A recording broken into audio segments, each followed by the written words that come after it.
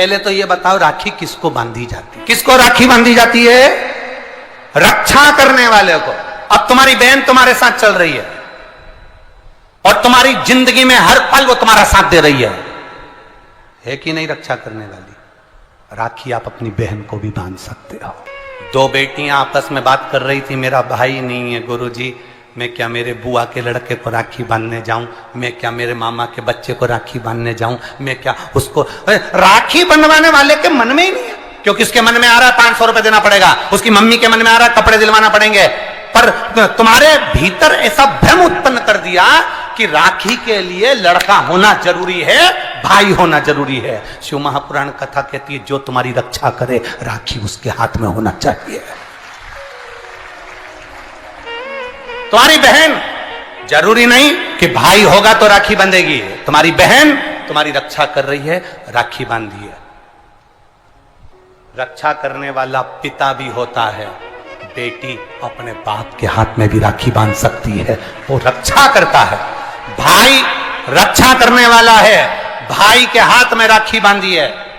और मेरा गणेश, मेरा शिव, मेरा ओघड़दानी, मेरा लड्डू गोपाल, मेरा कृष्णा, मेरा राम, जो भगवान तुम्हारे घर में है, राखी उनको भी बांधिए, वो तुम्हारी रक्षा करते हैं। राखी गुरु को भी बांधी जाती है, क्योंकि गुरु रक्षा करने वाला होता है, मार्ग प्रशस्त करने वाला होता है। राखी हमारी जिंदगी का एक सुख देने वाली, राखी हमारी, ऐसा नहीं कि केवल मनुष्य को राखी बनती है, आपके गौ माता भी अगर आपके यहाँ है तो गाय भी तो आपकी रक्षा करने वाली है, वो उसकी रक्षा भी हमें करना है और वो हमारी रक्षा करे। जिस वृक्ष को तुमने बड़ा करा, एक पेड़ को तुमने पाला बड़ा करा, उस पेड़ को तुम अपना बनाकर, अपना जानकर वृक्ष को उस लायक तुमने बना दिया कि वो दुनिया की रक्षा करेगा। उस वृक्ष को ऐसा बना दिया कि दुनिया को छाया देगा। उस वृक्ष को ऐसा बना दिया कि यह दुनिया का भरण पोषण करेगा। तो वो वृक्ष भी दुनिया की रक्षा करने वाला है। प्रकृति से प्रेम करो और पेड़ को भी राखी बांध सकते हो, रक्षा करने वाले को राखी, जो तुम्हारी रक्षा करे। एक मां अपनी बेटी की, अपने बच्चों की रक्षा करती है। ये जरूरी नहीं कि तुम हमारा भाई नहीं है, अब हम किसको राखी बांधे, हम किसको भाई बनाएं, हम किसको भाई बनाएं, हम किसको भाई बनाएं। जी ये भाई बनाने के चक्कर में धोखे में मत आ जाना, कहीं एड़े गेड़े नट्ठू खेड़े के राखी मत बांधिया ना, नहीं तो मालूम पड़े वो एक राखी तो बनवाएगा और मालूम पड़े पूरी जिंदगी तेरी बर्बाद कर दे। इसलिए जो घर में है, बहन है, कुटुंब है, परिवार है, उसमें राखी बांधिए। बहुत भ्रम फैला रहे हैं लोग, नाटकों के माध्यम से बहुत भ्रम फैला रहे हैं। कितना सुंदर व्याख्यान। तो राखी कब बांधे हैं? अब मूल प्रसंग तो छूट ही गया, कब बांधे? अब तुम बोलो। मेरा निवेदन केवल इतना है,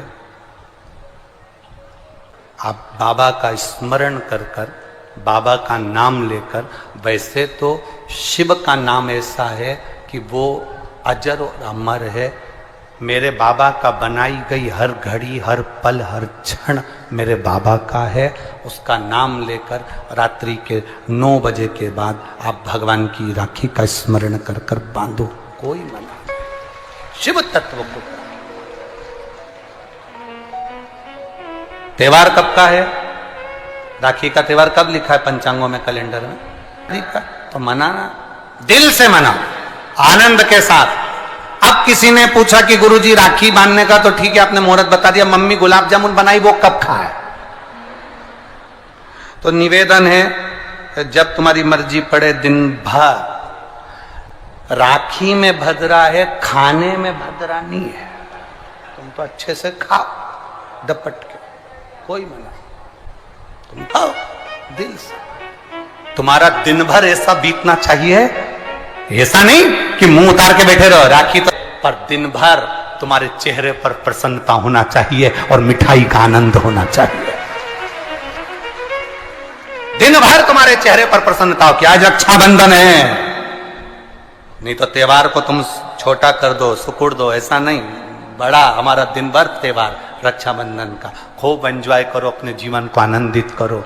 और मेरे भोलेनाथ को आप अपना भाई बनाओ, मेरे शंकर को अपना रक्षा करता बनाओ। मेरा देव अधिदेव महादेव तुम्हारे से कदम मिलाकर चले, यही भाव रखते हैं। शिव तत्व की प्राप्ति, शंकर का अनुभव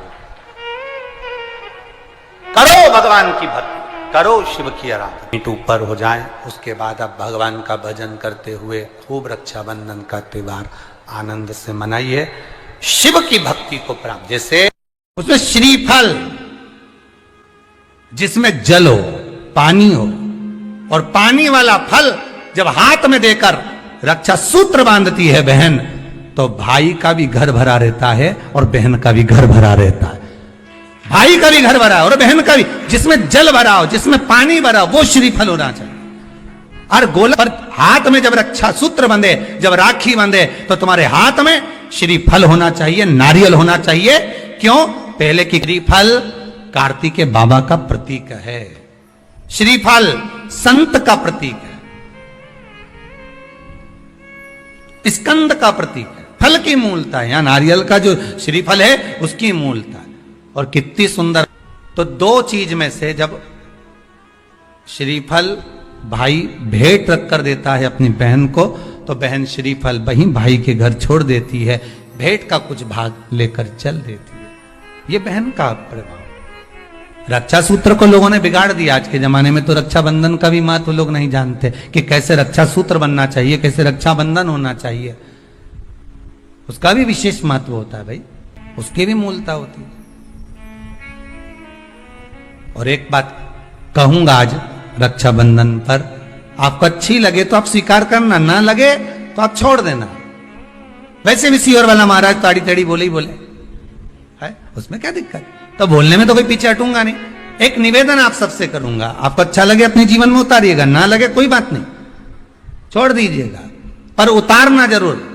बहन से प्रॉपर्टी के चक्कर में कितना भी झगड़ा चल रहा हो, बहन का भाई से एक मकान के चक्कर में कितना भी झगड़ा चल रहा हो, संपदा के चक्कर में कितना भी झगड़ा चल रहा हो, तो भी निवेदन करूंगा, बहन और भाई तुम खूब लड़ो प्रॉपर्टी और जमीन के लिए, पर रक्षाबंधन के दिन कम से कम एक दूसरे के नहीं भी जाओ तो फोन लगाकर जीजी और बहन भाई से, भाई बहन से एक बार तो बात कर लो। क्योंकि धन अपनी जगह रह जाएगा साहब, वहां धन नहीं जाने वाला, आपका व्यवहार जाने वाला है, आपका प्रेम। ब्राह्मण, साधु, संत और बहन बेटी, ये तीन काल का हरण करती है, इसलिए इन तीनों की महत्वता। जब ये राखी जो बनती है ना, ये रक्षा सूत्र जो तुमने बांधा है, जो मोली जो बांधते हैं, कलेवा जो बांधते हैं, ये रक्षा सूत्र बहुत दिन तक जब बंधा रहता है, बंधा रहता है, बंधा रहता है, पूरा समय 8 महीने, 9 महीने, 6 महीने, 4 महीने, 3 महीने, जितना भी आप लोग बांध कर रखते हैं, जितना भी 8 दिन, 15 दिन, 20 दिन, जब तक आप बांध कर रखते हैं, उसके बाद में इसको खोलने के बाद कहां डाला जाता है?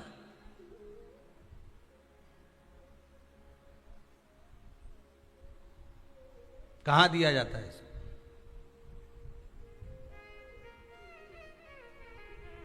वो रक्षा सूत्र को कहां डाला जाता है? तो कहते हैं जिस स्थान पर गाय को बांधा जाता है, जिस स्थान पर गाय को बांधा जाता है, उस स्थान पर इस रक्षा सूत्र को ले जाकर एक और किसी भी खूंटे से गाय के, या गाय का जो ग्वाड़ा होता है, गाय जहां बंधती है, उस स्थान पर कोई कील लगी हो, कोई खूंटा लगा हो, उससे इस रक्षा सूत्र को खोलकर बाद में बांध दिया जाता, वहां रख दिया जाता। क्यों, किस लिए रखते हैं, क्यों जोड़ा गया इसको?